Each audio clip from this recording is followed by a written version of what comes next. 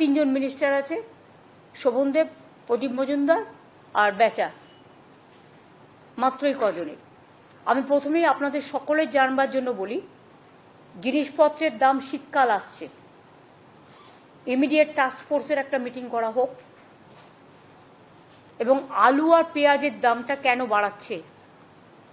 আমি আলু বলেছিলাম নিজের রাজ্য আগে পাবে, যেটা আমি প্রোডাকশন দিই। আলু সিড আমরা নিয়ে আসছি, সিড তো আমাদের নেই, সেন্ট্রাল গভর্নমেন্ট থেকে আনতে হয়, ওরা অনেক দাম নেয়। আলু সিডে প্রবলেম হচ্ছে, বাট এই প্রবলেমটা আগামী দিন আমাদের নিজস্ব করে কিছু করতে হবে যাতে সমাধান হয়। কিন্তু আমরা বলেছিলাম আমাদের যা প্রয়োজন রাজ্যের, সেটাকে রেখে নতুন আলু যতক্ষণ পর্যন্ত না উঠছে ততক্ষণ পর্যন্ত বাইরে আলুটা যাবে না। এখন তো দেখছি এরা এক্সপোর্ট পর্যন্ত করতে শুরু করে দিয়েছে। Please take stock. আমি আজ থেকে মার্কেটিং, অরবিন্দ আমাদের ওঙ্কার মিনার হাতে দুটো ডিপার্টমেন্ট ছিল, একটা এগ্রিকালচার ডিপার্টমেন্ট আর একটা মার্কেটিং ডিপার্টমেন্ট এগ্রিকালচার। দুটো খুব বড় ডিপার্টমেন্ট, একজনের দ্বারা সম্ভব নয়। বেচারা মান্নাকে আমি দায়িত্ব দিলাম, অ্যাগ্রো মার্কেটিং ডিপার্টমেন্টের চেয়ারম্যান করলাম আজ থেকে। সুতরাং প্লিজ টেক এ স্টক, কোন পজিশনে আছে এবং আমাকে জানাতে হবে, টাইম টু টাইম মনিটর করতে হবে। ডিজিকে ডাকনি কেন এই মিটিংয়ে? Immediate call.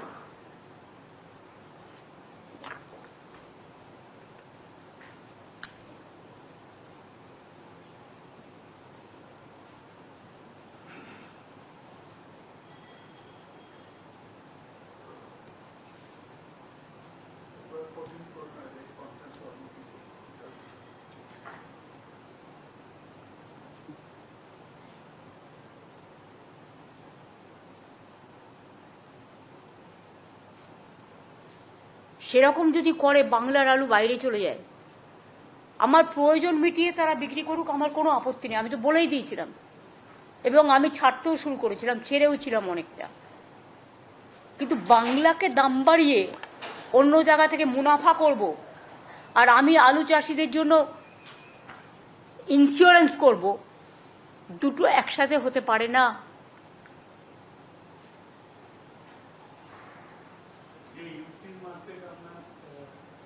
আমি অন্য কোনো রাজ্যের সাথে আমার মার্কেটের তুলনা করব না। It depends on state to state. সব জায়গায় দাম বেড়েছে বলে আমাকেও দাম বাড়াতে হবে, তার কোনো মানে নেই। আমার এখানে হচ্ছে শস্য শ্যামলা বাংলা, ধনধান্যে পুষ্পে ভরা। চাল উৎপাদন, আলু উৎপাদন, এগুলো বাংলা রেকর্ড হিসেবে কাজ করে। আমি সেখানে অন্য রাজ্যকে বাড়তে দেবো, আমার জিনিস দিয়ে সাপ্লাই করে দেবো, আর আমার নিজের রাজ্যে দাম বাড়াবো, এই যুক্তি হতে পারে না। আমার নিজের রাজ্যের মানুষ খেয়ে তারপর যদি থাকে, আমি নিশ্চয়ই সেটা বিক্রি করার সুযোগ করে দেবো। ইভেন আমি একথাও বলেছিলাম যে তোমার যদি পড়ে থাকে আমি আইসিডিএসে নিয়ে নেবো, আমি মিড ডে মিলে নিয়ে নেবো, তোমাদেরটা যাতে নষ্ট না হয় আমরা দেখব। নতুন আলু উঠতে উঠতে জানুয়ারির লাস্ট উইক বা ফেব্রুয়ারির ফার্স্ট উইক ছাড়া হবে না। সবটাই যদি আপনারা ছেড়ে দেন শুধু বাইরে বিজনেস করবার জন্য, বর্ডার দিয়ে এগুলো যাচ্ছে, আবার কন্ট্রোল করো। আর তার আগে স্টক আমাকে দেখাবে, কত ছিল, কত বেরিয়েছে, এখন কত আছে। কারণ আমি তো রেখে দিতে বলেছিলাম আপ টু জানুয়ারি আমাদের স্টকটা, শুধু বীজের জন্য আলু যেটা লাগে সেটুকু রেখে। তো কেন এটা হলো না এবং আমাকে কেন জানানো হলো না?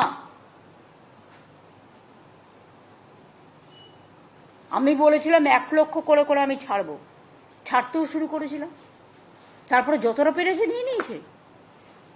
আমি একটা কথা বলি, রাজীব কুমার তুমিও আছো, এটা কিন্তু প্রেসের সাথে ডাইরেক্ট কানেক্টেডও আছে। কিছু জিনিস ইমিডিয়েট ইউ টেক কেয়ার। হয়তো তুমি চেষ্টা করো, কিন্তু local police is not helping. সবাইকে বলছি না, আমি একাংশ। পলিটিক্যাল নেতাদের নামে সবাই বদনাম করে বেশি। 5 টাকা খেলে 500 টাকা বলে দেয় চোর। কিন্তু পলিটিক্যাল নেতারা টাকা খাওয়ার আগে 10 বার ভাবে জনগণের টাকা খাওয়া কি উচিত।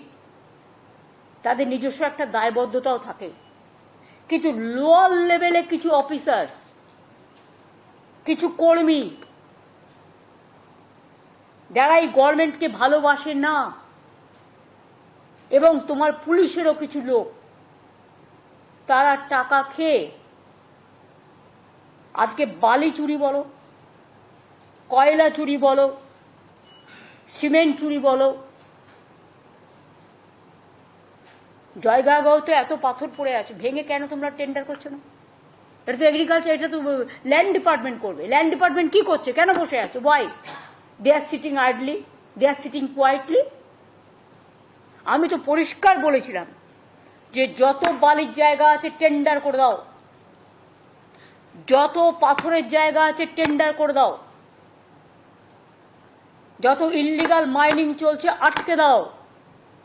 সিআইএসএফ টাকা খেলেও আমাদের লোকেদের ধরবার অধিকার আছে, এটা মাথায় রাখো। কারণ চুরি হলো তখন বলবে কয়লা চুরি করছে তৃণমূল কংগ্রেস, আর চুরি করবে সিআইএসএফ টাকা খেয়ে বা পুলিশের একাংশ টাকা খেয়ে, আমি এটা টলারেট করব না। যদি কোনো রাজনৈতিক দলের লোক হয়, তার কলার চেপে ধরো, তাকে আইনের পেছে ধরো, আইনত জেলে পাঠাও। এখানে কোনো এক্সকিউজ আমি চাই না। আমার দরকার নেই এক পয়সাও। বারবার আমি বলি, আমার প্রয়োজনে আমি দলের নির্বাচন করবার জন্য আমি লোকের কাছে আঁচল পেতে টাকা নেব। আজ পর্যন্ত বলতে পারবে না আমি কোনো গভর্নমেন্টের কাজে বা কারো কাছ থেকে আমি এক পয়সা নিয়েছি, কোনো কারণে। অন্য কেউ যদি নিয়ে থাকে তুমি ছাড়বে কেন? কেন ছাড়বে? একই আইন, law must be applied to each and every individual together. There should not be any discrimination. কেউ কেউ ভাবে একে ম্যানেজ করি, ওকে ম্যানেজ করি, নিয়ে এক্সটর্শন করি, তারা বাঁচাবে। কেউ বাঁচাবে না, আমি তো বাঁচাবো না। আমার কাছে কোথাও না কোথাও থেকে তো খবর আসবেই। সব আলুটা বেরিয়ে গেছে, মাথায় রেখো। আজকে আলুর দাম বাড়ছে। পেঁয়াজ আমি কষ্ট করে তৈরি করতে শুরু করেছিলাম, বাংলায় পেঁয়াজ তৈরি হতো না বলে, সবটা নাসিক থেকে আসতো। সেই পেঁয়াজ আমার খাওয়ার পেঁয়াজ নেই, আমাকে নাসিক থেকে আনতে হয়। আমার পেঁয়াজ বাইরে বিক্রি হয়ে যাবে কেন? আমি তো 50% পর্যন্ত প্রোডাকশন, এখনো কত পর্যন্ত হয়েছে? 7 লক্ষ টন টন আমি বুঝি না।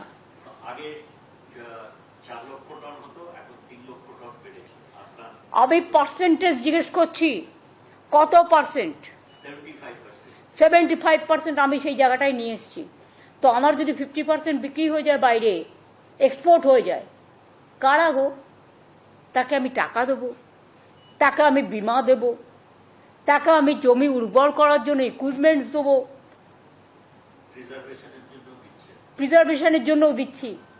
আর কিছু লোক বিজনেস করতে গিয়ে কমার্শিয়ালি স্টেটকে এক্সপ্লয়েট করবে, এটা যারা চাষি তারা করে না, এটা কিছু মিডল ম্যান আছে তারা করে, যারা দালালি করে সমাজটাকে শেষ করে দেয়। আর সেই দালালির টাকা তারা ভাগ দেয় একে একে তাকে। এটা যাতে না হয়, ইচ অ্যান্ড তুমি এসটিএফকে স্ট্রং করো, অ্যান্টি করাপশন ব্যুরোকে স্ট্রং করো। আমি সিআইডি রিসাপেল করব, টোটালটাই। তোমার দায়িত্ব দিচ্ছি, তুমি সমস্ত প্রস্তাব আমায় দেবে। আর যার যার বিরুদ্ধে কমপ্লেন আছে, কমপ্লেন পেলে ক্রস চেক করো। কেউ কেউ মিথ্যে কথা বলেও কমপ্লেন করে। সত্যি যদি প্রবলেমটা জেনুইন হয়, তাহলে টেক স্ট্রং অ্যাকশন। কেউ বাধা দেবে না, আর কেউ বাধা দিলে আমি শুনবো না। আমি তো আমার কথাই শুনবো না, মানে আমি নিজের কথা বলছি। আমাকে যদি ক্ষমা না করি, তাহলে তোমরা কাকে ভয় পাচ্ছ? কেন শুনছো না? এগ্রিকালচার এবং রুরাল ডেভেলপমেন্ট মিনিস্ট্রিকে শুধু বক্তৃতা দিলে হবে না, কাজ করে দেখাতে হবে। পুরো সার্ভে হয়েছে ওঙ্কার, যেগুলো আমাদের বন্যা টন্যা হয়েছিল, টোটালটা হয়ে গেছে। ঠিক আছে, আর বেশি বলতে হবে না। তার মানে যেটা আমরা বলেছিলাম যে এই যে বর্ষায়, বন্যায়, দানা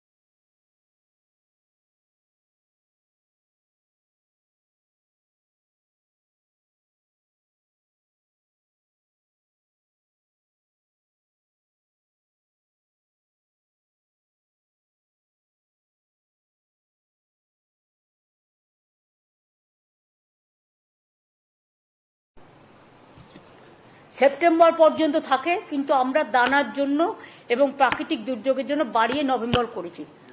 তা আপনি ওয়েট করেন না কেন? আমি কি আপনাকে আমাকে বলতে হবে কেন? আমি কি মানে কিছু জানি না? বাড়িয়েছি আমি, আর আমার মনে নেই? আমার যথেষ্ট মনে থাকে। আমি আজকে যেটা প্রেসকে বলবো যে প্লিজ এগুলো পজিটিভভাবে দেখুন, নেগেটিভভাবে দেখার চেষ্টা করবেন না। আপনারা কি করেন, পজিটিভ জিনিসটাকে অ্যাভয়েড করে অলওয়েজ নেগেটিভ ব্যাপারটাকে সামনে নিয়ে আসেন। তাহলে তো আপনাদের সামনে মন খুলে আমি ট্রান্সপারেন্সি মেনটেন করে, স্বচ্ছতা মেনটেন করে কোনো কাজ করতে পারবো না। আর তা যদি না করতে পারি, তাহলে জনগণ জানবে কি করে যে আমরা কি করতে যাচ্ছি, কি না করতে যাচ্ছি, কোনটায় ভুল, কোনটায় ত্রুটি? এটাও তো জনগণকে জানাতে আমি বাধ্য, এবং সেটা সংশোধনের জন্য কি ব্যবস্থা করা হচ্ছে। আপনাদের এটা আমি অনুরোধ করব। আমি জানি কোনো কোনো চ্যানেল আমার একদম 100% এগেনস্ট, তারা একটাও পজিটিভ দেবেন না, টোটালটাই নেগেটিভ আর নেগেটিভ করবেন। তাই যদি করেন, তাহলে জেনে রাখুন আগামী দিন যদি আমি ট্রান্সপারেন্সি নিয়ে মিটিং করি, তাহলে আমি তাদের বাদ দিয়ে করব। পরে আপনারা নিউজ কালেকশন করে নেবেন, কারণ আমি এটুকু কোঅপারেশন তো আপনার কাছ থেকে আশা করতে পারি। এখানে যারা আমরা বসে আছি প্রত্যেকে আমরা দায়িত্বপূর্ণ লোক, প্রত্যেকে দায়িত্বপূর্ণ অফিসার, প্রত্যেকে দায়িত্বপূর্ণ মিনিস্টার, হেজিবিজি কেউ নেই। আপনাদের ওখানেও যারা আছেন, আমিও আশা করি আপনারাও গুরুত্বপূর্ণ লোক, আপনারাও দায়িত্ব নিয়ে কাজ করেন। এইটুকু দায়বদ্ধতা আপনাদের কাছে আমি আশা করব। আর তা নাহলে আপনাদের সামনে মিটিং আমি করব না। পরে আমায় বলতে পারবেন না কেন টিভিতে হচ্ছে না, কেন আমাদের সামনে হচ্ছে না, লাইভ স্পিকিং কেন হচ্ছে না। এটা আমার একটা পার্ট, যা ইনস্ট্রাকশন দেওয়ার আমি দিয়ে দিলাম। টাস্ক ফোর্সের মিটিংটা ইমিডিয়েট করো, দেখে নাও। আর রাজীব জেলায় জেলায় ইনস্ট্রাকশন দিয়ে দাও এবং রিপোর্ট দিতে বলো। সপ্তাহে একদিন করে, আমি জানি তোমার অনেক কাজ করতে হয়, তা সত্ত্বেও এটা মনিটরিং করতে হবে। প্রত্যেক জেলায় একটা করে নোডাল অফিসার থাকবে যে মনিটরিং করে ডিটেলসটা দেবে।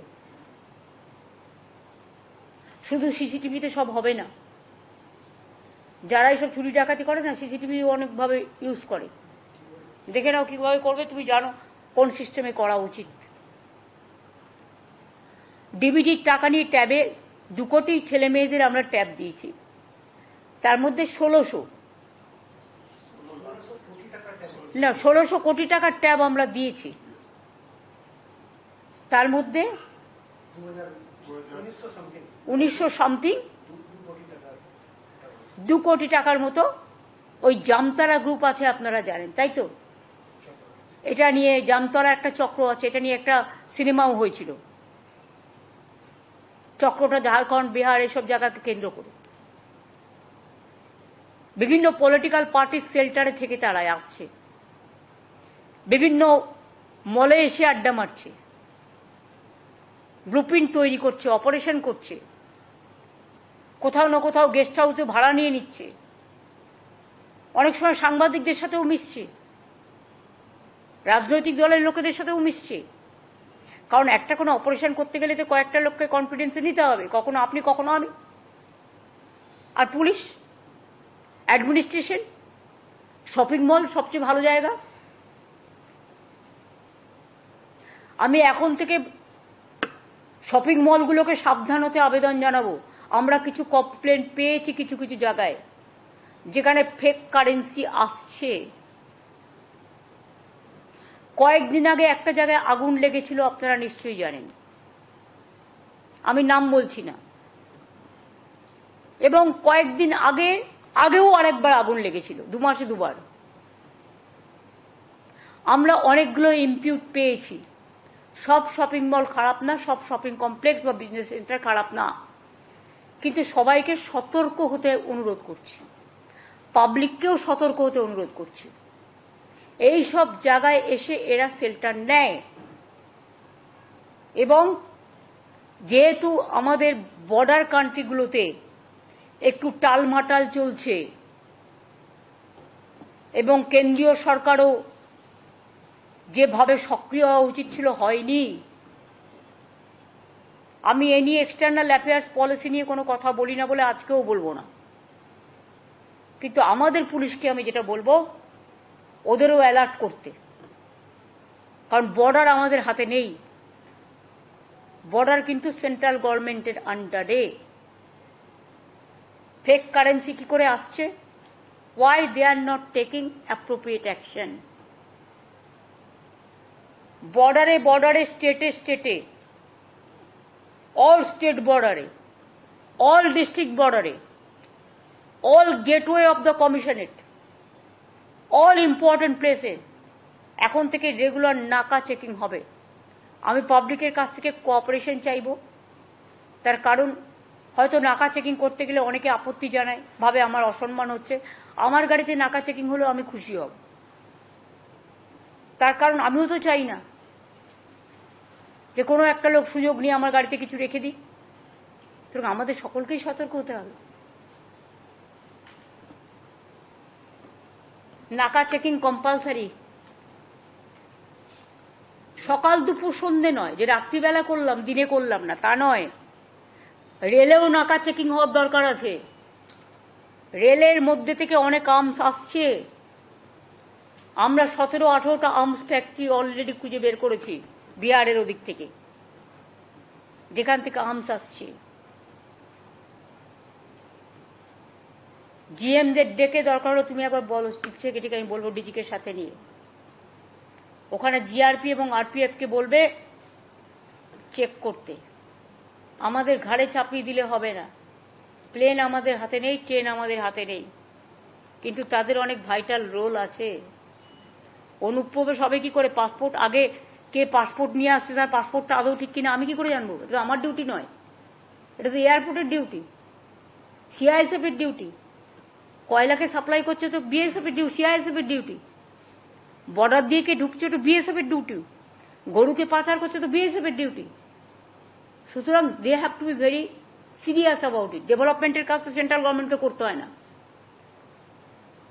কিন্তু বর্ডার সিকিউরিটি তো সেন্ট্রাল গভর্নমেন্টের আন্ডারে, ডিফেন্স সিকিউরিটি তো সেন্ট্রাল গভর্নমেন্টের আন্ডারে, রিজার্ভ ব্যাংক তো তাদের আন্ডারে, এই তিনটে ডিপার্টমেন্ট তো তাদের আন্ডারে। সেখানে তারা ভালো করে কাজ করুক, আমাদের কোঅপারেশন পাবে। সিরিয়াস হয়ে যাচ্ছে, কারণ আমাদের যেহেতু অনেকগুলো বর্ডার আছে, আবার আমাদের বর্ডারের পাশে অনেকগুলো গেটওয়ে আছে। মনে রাখতে হবে আমাদেরটা হচ্ছে চিকেন স্নেক। বন্যাও আমরা ফেস করব, দাঙ্গাও আমরা ফেস করব, ফেক কারেন্সিও আমরা ফেস করব, জামতালাও আমরা ফেস করব, আমদানি জামদানিও আমরা ফেস করব, ফরেন ফান্ডও আমরা ফেস করব। ওয়াই? ফরেন ফান্ড তো আমার আন্ডারে নেই, ফরেন ফান্ড তো সেন্ট্রাল গভর্নমেন্টের আন্ডারে। কি করে ফরেন ফান্ডিং হচ্ছে এখানে? টেক কেয়ার করবে না? Very serious matter. আমি সিএসকে বলবো এটা নিয়ে ক্যাবিনেট সেক্রেটারির সাথে কথা বলে নিতে এবং হোম সেক্রেটারির সাথে। এবার আমার কতগুলো ঘোষণা আছে, আমি প্রেসের সামনে বলবো এটাকেও গুরুত্ব দিতে, কারণ হাজার হাজার মানুষের ব্যাপার আছে। মনে রাখবেন, আপনাদের যখন একটা টিভির মাধ্যমে খবরটা লোকে পায় তারা অনেক খুশি হয়ে যায়, এতে টিআরপি বাড়ে, কমে না। কৃষক বন্ধু 24-25 রবি মরশুমের জন্য আমাদের কৃষক বন্ধু প্রকল্প আছে, আগেই আমরা করেছি। 24-25 রবি মরশুমের জন্য কৃষক বন্ধু নতুন প্রকল্পে 1,08,95,000 কৃষককে, সংখ্যাটা আবার বলি, 1,08,95,000 কৃষককে মোট 2,943 কোটি টাকা সহায়তা প্রদানের সূচনা করা হলো। আগামীকাল থেকেই টাকা ছাড়া হবে। এর মাধ্যমে আপনারা কয়েক কোটি দর্শককে পৌঁছে গেলেন, রিচ করলেন। Yes or no?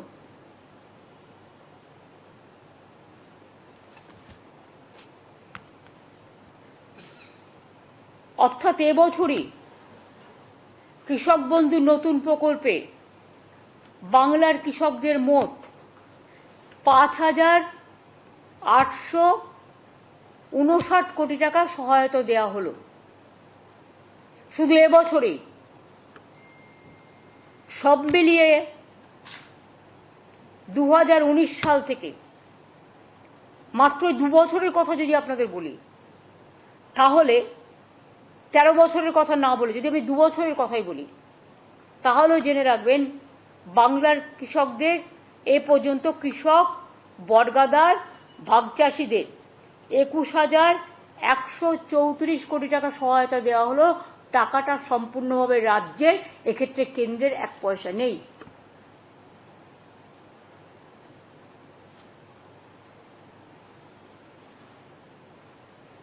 Am I clear? অন্তত হাত তুলে একজন দেখান, বুঝেছেন? ওই দীপঙ্কর নন্দী বুঝলে হবে না, ও শুনবে এক লিখবি এক।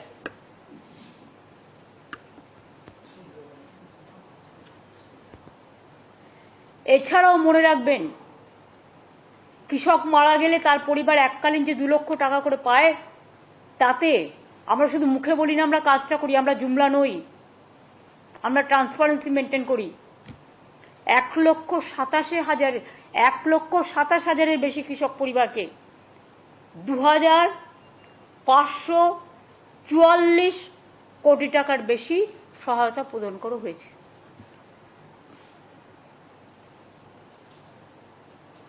এছাড়াও শস্য বীমা প্রকল্প মানে ক্রপ ইন্স্যুরেন্স, আগে চাষিদের টাকা দিতে হতো, কিন্তু এখন চাষিদের টাকা দিতে হয় না, আর সেন্ট্রাল গভর্নমেন্টের টাকা আসে না, আমরা দিই 100%।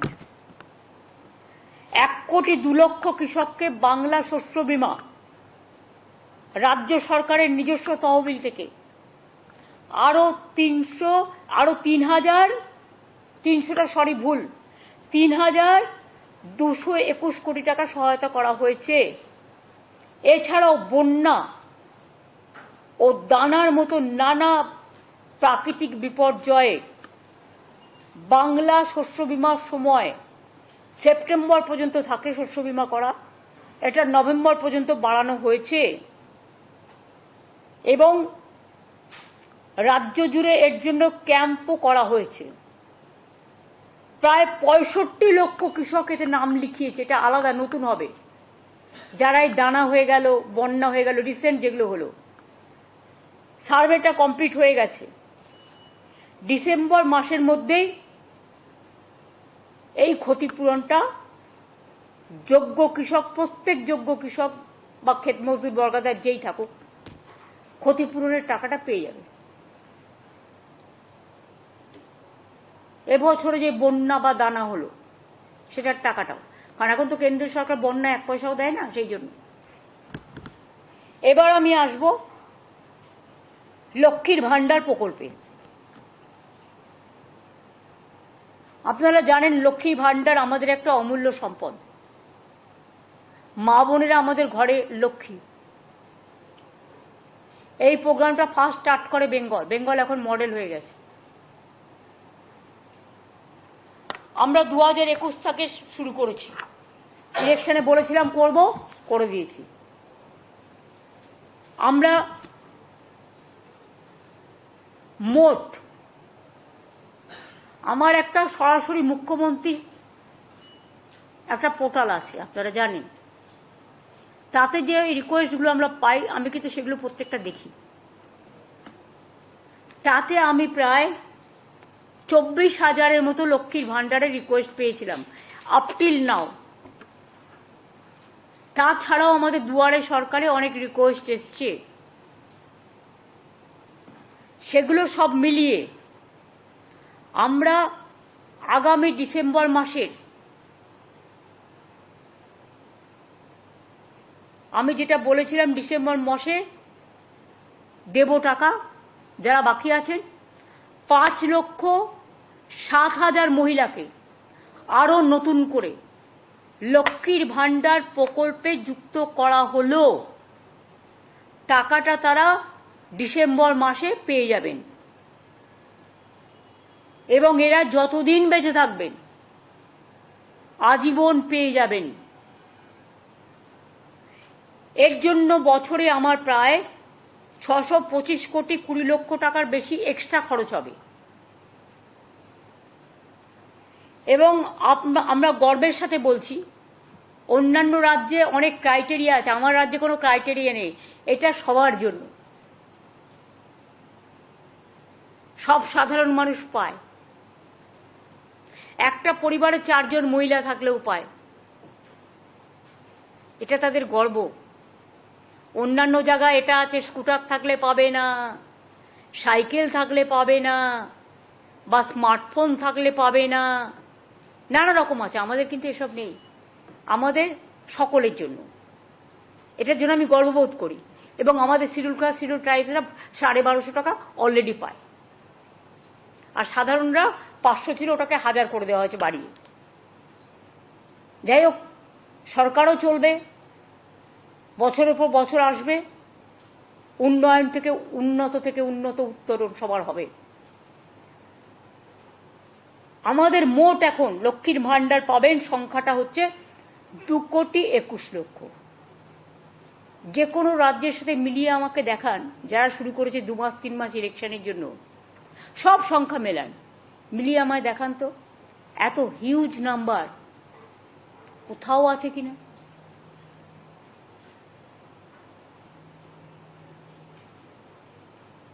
এবং শুধু তাই নয়, ওই বিধবা ভাতা করে নতুন করে তাকে অ্যাপ্লাই করতে হবে না।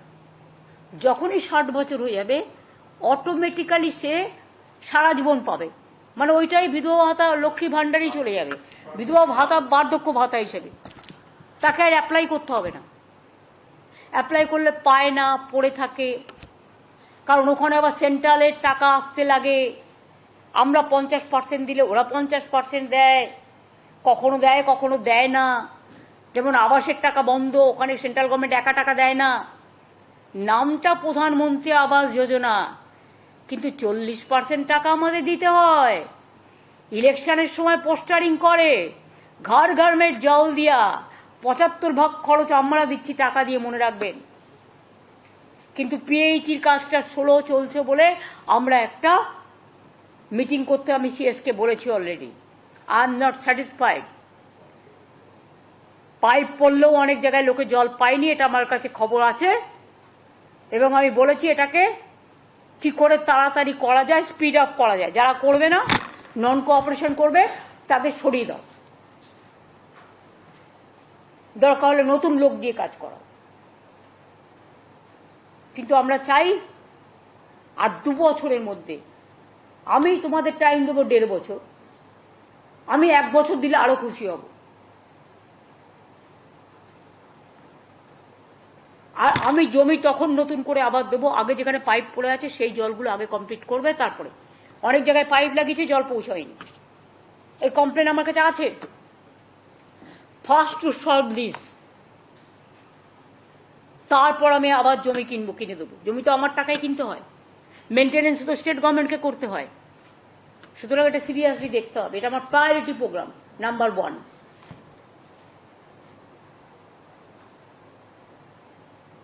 এখনো পর্যন্ত আপনারা শুনলে অবাক হয়ে যাবেন, এত টাকা সেন্ট্রালের কাছে পড়ে থাকা সত্ত্বেও শুধুমাত্র লক্ষ্মীর ভাণ্ডারে বাংলার মেয়েরা প্রায় 48,490 কোটি টাকা সহায়তা পেয়েছেন।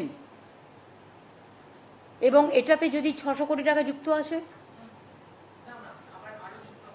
তার মানে কি 48,490 কোটি টাকা পেয়েছেন। এবং আরও যদি 600 কোটি টাকা যুক্ত হয়, 625, তার মানে এটা হবে 2 কোটি, সরি, তার মানে এটা হবে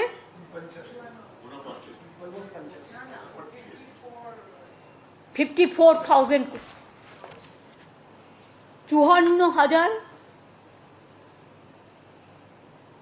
54,000 কোটি টাকার মতো হবে।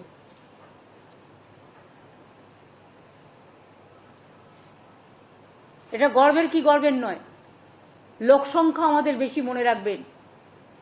আপনি উত্তরাখণ্ডকে বাংলার সাথে তুলনা করতে পারবেন না। Population, density of population is very high. Mumbai তো 2 মাস আগে চালু করেছে, সবাই পায় না, অনেক রেস্ট্রিকশন। প্রধানমন্ত্রীর বাড়ি, পাকা বাড়ি পাবে কোত্থেকে গরিব লোক? স্মার্টফোন থাকলে পাবে না, স্কুটার থাকলে পাবে না, নানা রকম ক্রাইটেরিয়া আছে। আমাদের ক্রাইটেরিয়া একটাই, গরিব মানুষ,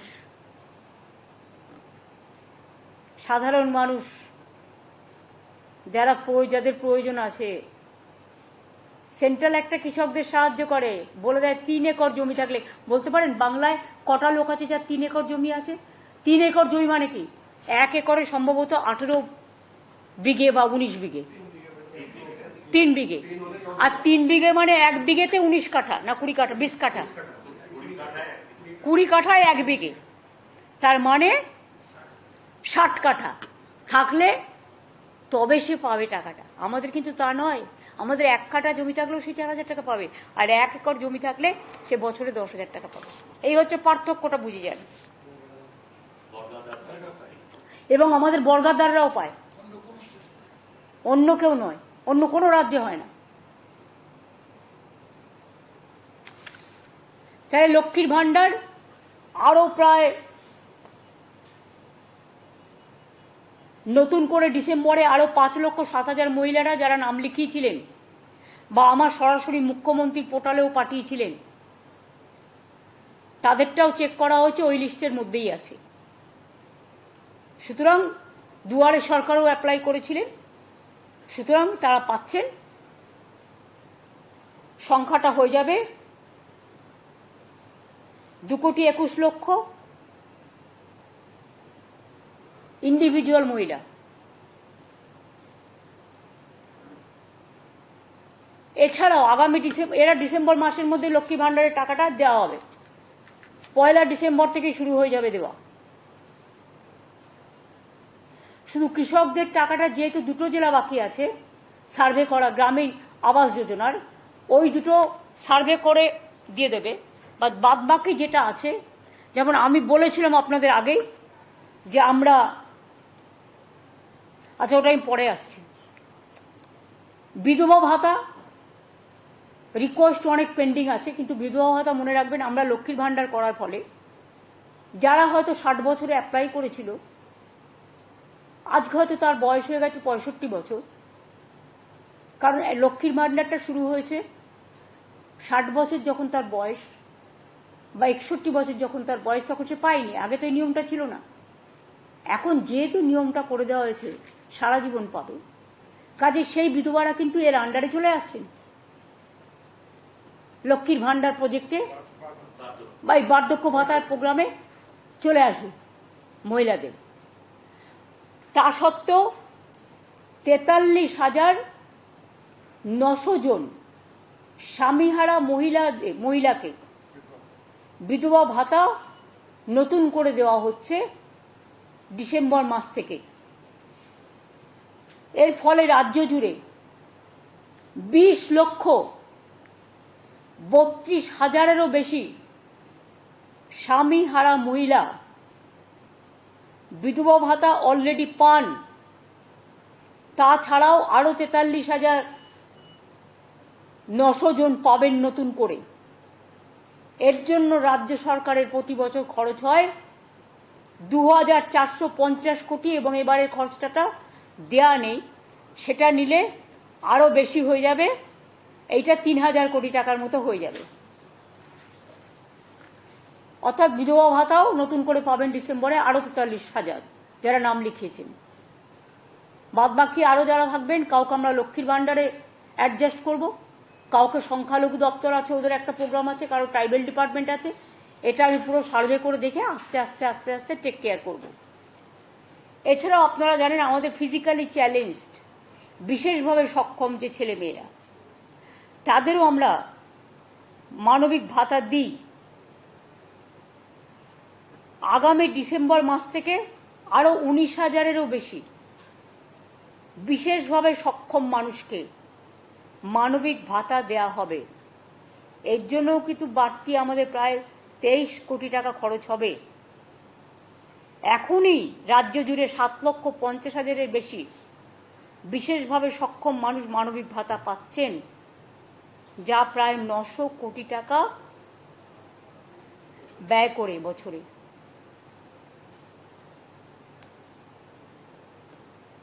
এরপর আমি আসব গ্রামীণ আবাসক যোজনায়। গ্রামীণ আবাসক যোজনায়, যেটা প্রধানমন্ত্রী আবাস যোজনা, নামটা প্রধানমন্ত্রীর, সব নামই এখন ওদের দেয়া। ওয়াশরুম করলেও তাদের নামে করতে হবে, কারো না কারো নামে। তারা নাম ঠিক করে দেবে। কাজটা করব আমরা, জল পরিষ্কার করব আমরা, ওয়াশরুম পরিষ্কার করব আমরা, ধান পুঁতবো আমরা, খাবে ওরা, অর্ধেক টাকা দেবো আমরা, আর নামটা তারা দেবে। একবারও জিজ্ঞেস করবে না রাজ্য সরকারের ক্ষমতা আছে কিনা এই যে একটা নতুন স্কিম করে দিলাম সেটা বহন করার মতো। অনেক জায়গায় করে কি একটা স্কিম করে 2 বছরের জন্য। এবার 2 বছরে ধরুন 400 ছেলে মেয়েকে আপনি রিক্রুট করলেন। এবার 2 বছর পর ওই ছেলে মেয়েগুলো যাবে কোথায়? এই যে অগ্নিবীর নাকি, তাদের কি ভবিষ্যৎ? কি ইলেকশনের সময় লোক দেখানো? আমরা এরকম করি না। আমি এসব স্কিম এখন বন্ধ করে দিচ্ছি। পার্মানেন্ট যেটা হবে করব, কিন্তু 2 বছরের জন্য একটা চাকরি লোক দেখিয়ে তার ভবিষ্যৎটাকে অন্ধকার করে দেওয়ার অধিকার আমাদের কারো নেই। আমাদের পুষতে হয় এরপর। তার কারণ কোথায় যাবে তারা? অনেক কেস হয়েছে এরকম। যাই হোক, আবাস যোজনার টাকা সেন্টারকে তো তার টাকাটা খরচা করতে হবে। রাজ্য থেকে যে জিএসটি তুলে নিয়ে যাচ্ছে, এখন তো রাজ্যের কোনো ট্যাক্স নেই। এটা যে ওনাদের পকেট থেকে দিচ্ছে তা নয়। আগে তো রাজ্য সরকার ভ্যাট কালেকশন করতো, অন্য সেলস ট্যাক্স কালেকশন করতো। এখন তো এগুলো কিছু নেই। এখন তো একটাই ট্যাক্স, জিএসটি ট্যাক্স। ট্যাক্সটা কালেকশন করে কে? কেন্দ্র। তাহলে রাজ্যের ভাগটা দেবে কে? কেন্দ্র। এর জন্য কেন্দ্র দিল, কেন্দ্রকে নাম করতে হবে তা নয়। এটা রাজ্যের ভাগ, রাজ্যের মানুষের অধিকার। সে একটা রেস্টুরেন্টে গেলেও, একটা কাপ চা খেলেও তাকে জিএসটি ট্যাক্স দিতে হয়। একটা শাড়ির দোকানে গিয়ে শাড়ি কিনতে গেলেও তাকে জিএসটি ট্যাক্স দিতে হয়। একটা সোনার দোকানে গিয়ে সোনা কিনতে গেলেও তাকে জিএসটি ট্যাক্স দিতে হয়। এর থেকে আমাদের যেটুকু ভাগ সেটা তো পুরো দেয় না, যেটুকু আমরা পাই সেটাও পুরো দেয় না। সেই টাকা থেকে মনে রাখবেন আমাদের অংশটার মধ্যে থেকে আবাস যোজনায়, মানে প্রধানমন্ত্রীর নামে আবাস যোজনা করেছে, তাতে 60% টাকা ওরা দিত। দেওয়ার কথা 100%, কারণ ট্যাক্সটা যেহেতু এখান থেকে কালেকশন করে নিয়ে যায়। আর আমাদের কত দিতে হয়? 40%। তাহলে এবার বলুন, গ্রামীণ যোজনা, আবাস যোজনা রাজ্য সরকারের ডাইরেক্ট টাকা ছাড়া হবে? নামটা হবে প্রধানমন্ত্রী। কই, মুখ্যমন্ত্রীর নামে তো আমি কোনো প্রোগ্রাম আজ পর্যন্ত করিনি। কেন করব? কাজে মানুষের পরিচয়।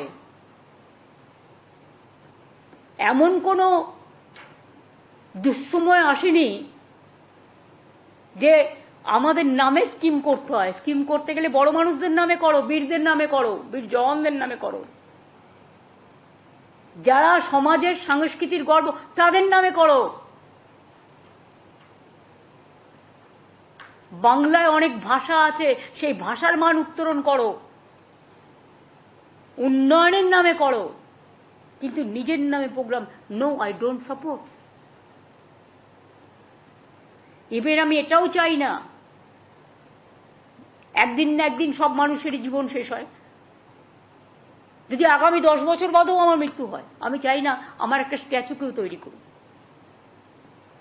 আমার বাবা মার মৃত্যুর পরে অনেকে আমাকে বলেছিল ট্রাস্ট করবে, খেলার মাঠ করবে, স্ট্যাচু করবে। আমি কাউকে কিছু করতে দিইনি। আগামী দিনেও আমি এই পলিসি মানি না। মানুষ মনে রাখে শুধু তার কাজ, তার ছবি নয়। তার ছবি মানুষের হৃদয়ে থাকে, এটা মনে রাখবেন। এবং তাই আমাদের তো, আমরা এই খাতে পাই 24,275 কোটি টাকা প্রধানমন্ত্রী আবাস যোজনায়। মানে আমাদের 40% ছাড়াও সেই টাকাটা 3 বছর দেয়নি বাংলাকে। বর্ষা হলে, বন্যা হলে বেচারা মাটির ঘরগুলো ভেঙে ভেঙে চুরচুর হয়ে যাচ্ছে। কেউ একটা ছোট্ট ইটের গাঁথনি করলে, ধরুন ছোট্ট একটা বারান্দা করলো বা কিছু ইট দিয়ে একটা জানলা করলো, সেও পাবে না এই বাড়ি। স্মার্টফোন থাকলে পাবে না। এসিসিসির একটা লিস্ট আছে, খায় না মাথায় দেয় ভগবান জানে। আমরা আসার পরে প্রায় বামপন সরকার রেডি করে রেখেছিল, ওইটাই করতে হয়েছে। সেটাতে তো অর্ধেক গরিব লোকের নামই নেই প্রায়। এখন করলে দেখবেন টোটাল চেহারাটাই বদলে গেছে। তা সত্ত্বেও মনে রাখবেন যে আমরা বলেছি আমাদের টাইম টু টাইম, এখনো যতদূর আমি জানি 36 লক্ষ মাটির বাড়ি সারা বাংলায় আছে।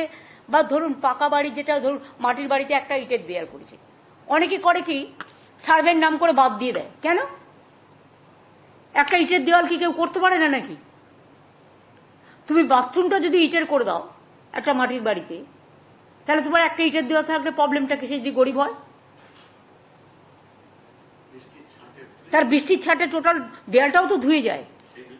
একটা বাড়ি অর্ধেক ভেঙেছে, তুমি অর্ধেক টাকা দাও। আরে আরেকটা মাটির বাড়ি, এটা হচ্ছে সহজ বুদ্ধি, যে অর্ধেক ভাঙলে পুরোটাই পড়ে যায়, কারণ মাটির ভিতটা নষ্ট হয়ে যায়। কারণ আমি গ্রামে অনেক গেছি, গ্রামে আমি খেলে বেড়াতাম, আমি সাঁতার কাটতে জানি, আমি গাছে উঠতে জানি, আমি ধানের খেতে আল দিয়ে পার হতে জানি। এটা বললেই কেউ হয়তো ব্যঙ্গ করে বলবে উনি সব জানেন। না, আমি সব জানি না, ওরা অনেক জানে। কিন্তু যেহেতু আমার একটা অভিজ্ঞতা আছে, আমি ছোটবেলায় প্রতি বছর স্কুল মানে ক্লাস 7 পর্যন্ত প্রতি বছর পরীক্ষার পরে 1 মাস করে গ্রামে থাকতাম, আর ধান কাটার সময়টা যেতাম। ফলে এগুলো দেখতাম চোখের সামনে, খেলে বেড়াতাম, সেই জন্য এগুলো জানি। এটা আমার কোনো কৃতিত্ব নয়, এটা আপনারাও অনেকে অনেক কিছু জানেন আমার থেকে অনেক বেশি। সুতরাং আমরা যেটা বলেছিলাম, যদি কেন্দ্রীয় সরকার না দেয়, আমরা মানুষের পাশে দাঁড়াবো।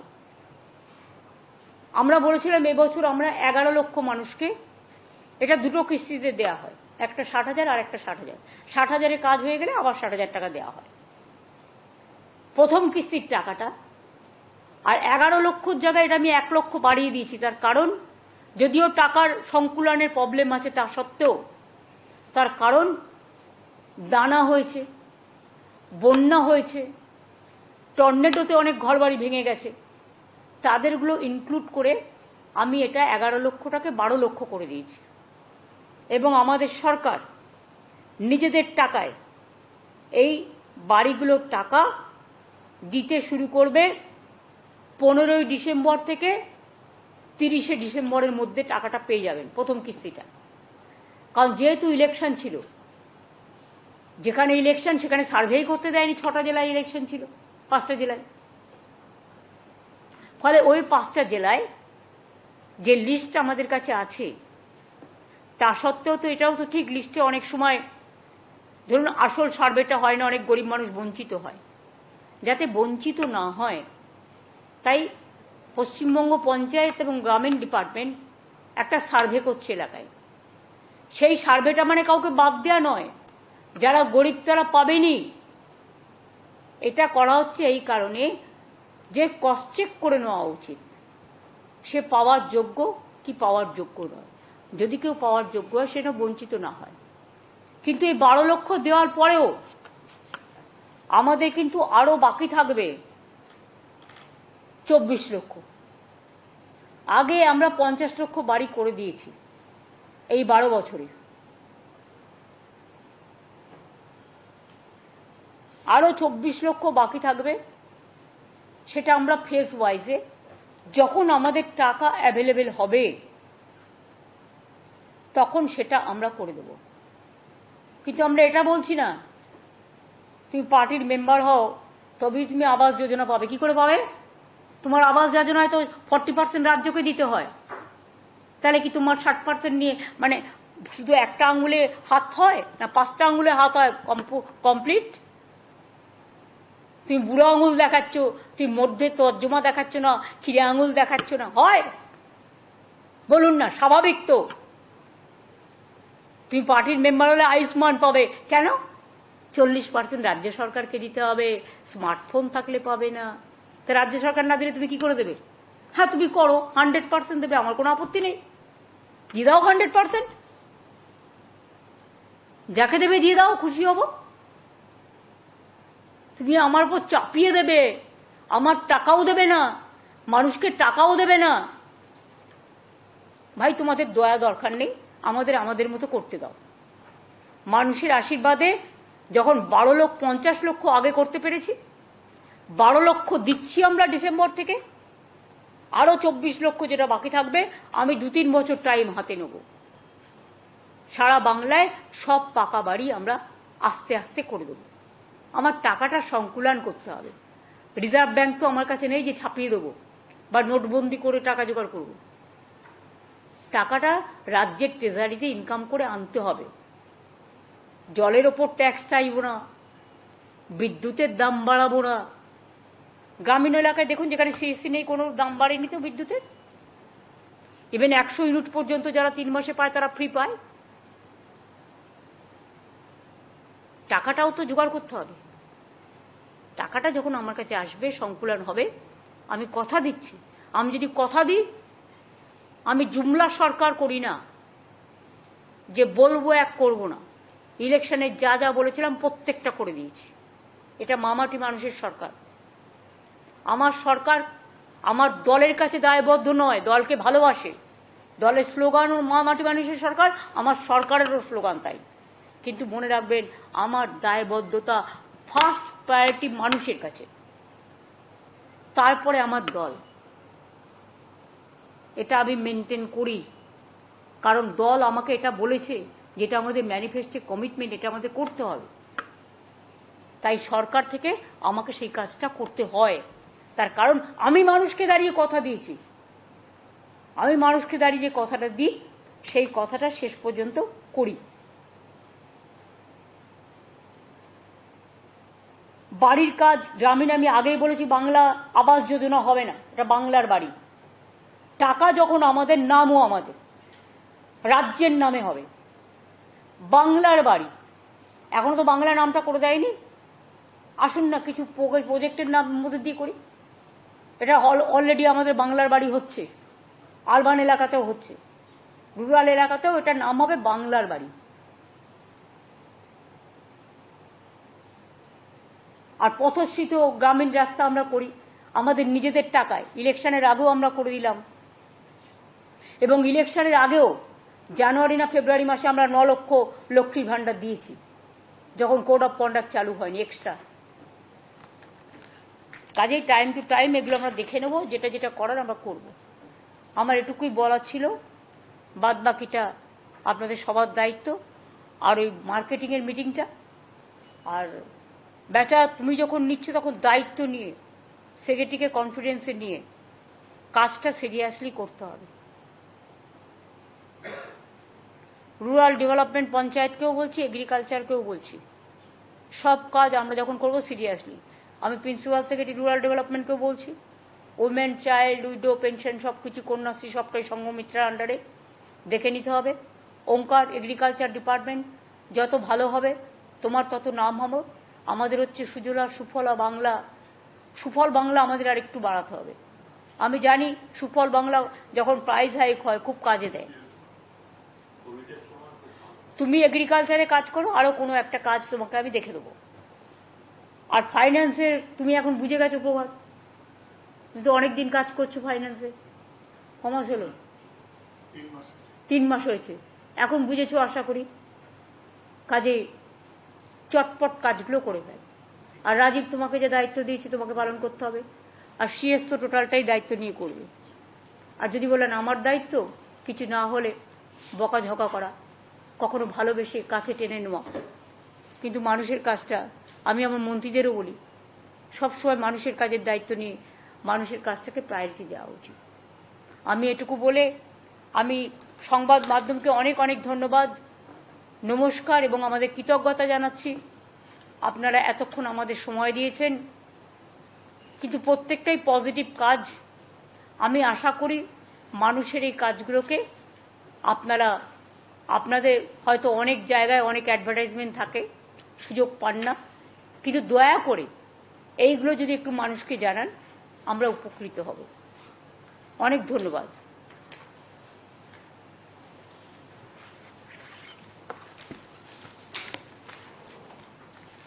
থ্যাঙ্কস। এবার সৌম্য, এটাকে ডিসকানেক্ট করে দাও, ওদের একটু খাবার টাবার কিছু